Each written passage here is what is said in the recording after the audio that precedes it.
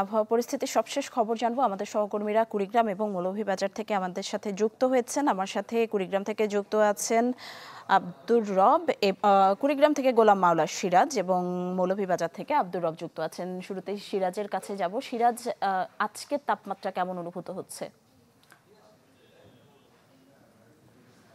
নিশি, এখন তো প্রায় 2টা 10 মিনিট পার হয়ে গেছে। এখন পর্যন্ত কিন্তু কুড়িগ্রামের আকাশে সূর্যের দেখা মেলেনি এবং চারদিকে এখনো কিন্তু কুয়াশা ঝরছে। এবং সকালবেলা এই কুয়াশার মাত্রাটা কিন্তু অনেকটা বেশি ছিল। যদিও তাপমাত্রা বেড়েছে, আজকে কিন্তু সকালে তাপমাত্রা রেকর্ড করা হয়েছে 15.5 ডিগ্রি সেলসিয়াস। যদিও 10 ডিগ্রি থেকে 15 ডিগ্রিতে উঠেছে তাপমাত্রা, কিন্তু ঠান্ডার যে প্রকোপ, সেই ঠান্ডার প্রকোপ কিন্তু কমেনি।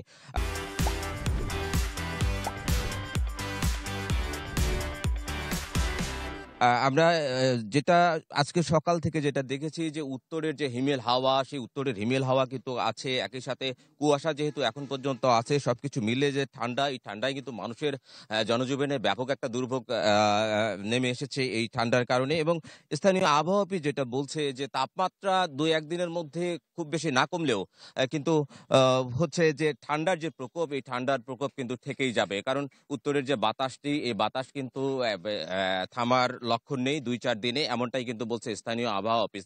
সবকিছু মিলে গত 1 সপ্তাহ ধরেই কিন্তু এমন পরিস্থিতি চলছে কুড়িগ্রাম সহ উত্তরাঞ্চলে। এবং আবহাওয়া অফিস কিন্তু আরো একটি কথা জানিয়েছে আমাদেরকে, সেটি হলো যে এই 1 সপ্তাহের মধ্যে কিন্তু আরো একটি শৈত্যপ্রবাহ কিন্তু বয়ে যেতে পারে কুড়িগ্রাম সহ উত্তরাঞ্চলে। তখন কিন্তু তাপমাত্রা আরো কমতে পারে, আর তাপমাত্রা কমলে কিন্তু মানুষের যে দুর্ভোগ, সেই দুর্ভোগটা কিন্তু আরো বাড়বে, এমনটাই কিন্তু জানিয়েছে স্থানীয় আবহাওয়া অফিস। সিরাজ, অনেক ধন্যবাদ আপনাকে। এই মুহূর্তে আমরা যাব মৌলভীবাজারে আব্দুর রবের কাছে। আব্দুর রব, আমরা যেমনটি খবরেও জানাচ্ছিলাম যে যশোরে সর্বনিম্ন তাপমাত্রা 12.8 ডিগ্রি সেলসিয়াস শনাক্ত করা হয়েছে। মৌলভীবাজারে আজকের তাপমাত্রা কত এবং এই শীতের প্রভাব জনজীবনে কতটুকু পড়েছে আসলে?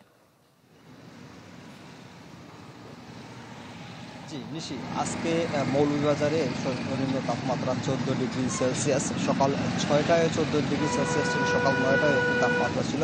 শ্রীমঙ্গলে অবস্থিত আবহাওয়া অফিসের আবহাওয়া কর্মকর্তা আনিসুর রহমান এমনটি আমাদের জানিয়েছেন। অন্যান্য দিন আমরা যেমনটি দেখেছি যে আবহাওয়া অনেক মানে শীতের পরিস্থিতি অনেক বেশি থাকলেও বা সর্বনিম্ন তাপমাত্রা থাকলেও রোদের দেখা পাওয়া যেত।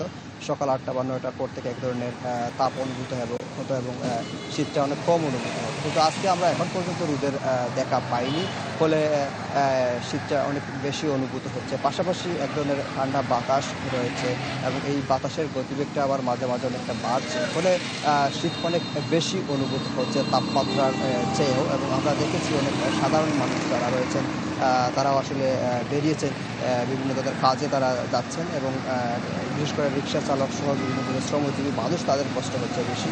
আমরা প্রায় প্রত্যেক মানুষকেই দেখেছি যে শীত পোশাক পরিধান করে তারা বের হচ্ছেন এবং বিভিন্ন জায়গায় যাচ্ছেন। এবং অনেক মানুষকেই দেখেছি আবার শীত পোশাক ছাড়াও যারা দরিদ্র মানুষ রয়েছেন তারা এইভাবে শীত পোশাক ছাড়াই যাচ্ছেন। পাশাপাশি এই সময়টা আসলে পুরো মৌসুম হাওড় অঞ্চল বা নিম্নাঞ্চলে এই সময় চাষাবাদের সময়, এই চাষাবাদে অনেকটা ব্যাহত হয় এই শীতের কারণে। তো এই ছিল মৌলভীবাজার থেকে। অনেক ধন্যবাদ আব্দুর রব আপনাকে। দর্শক দেখছিলেন আবহাওয়া পরিস্থিতির খবর জানাচ্ছিলেন আমাদের সহকর্মীরা মৌলভীবাজার এবং কুড়িগ্রাম থেকে।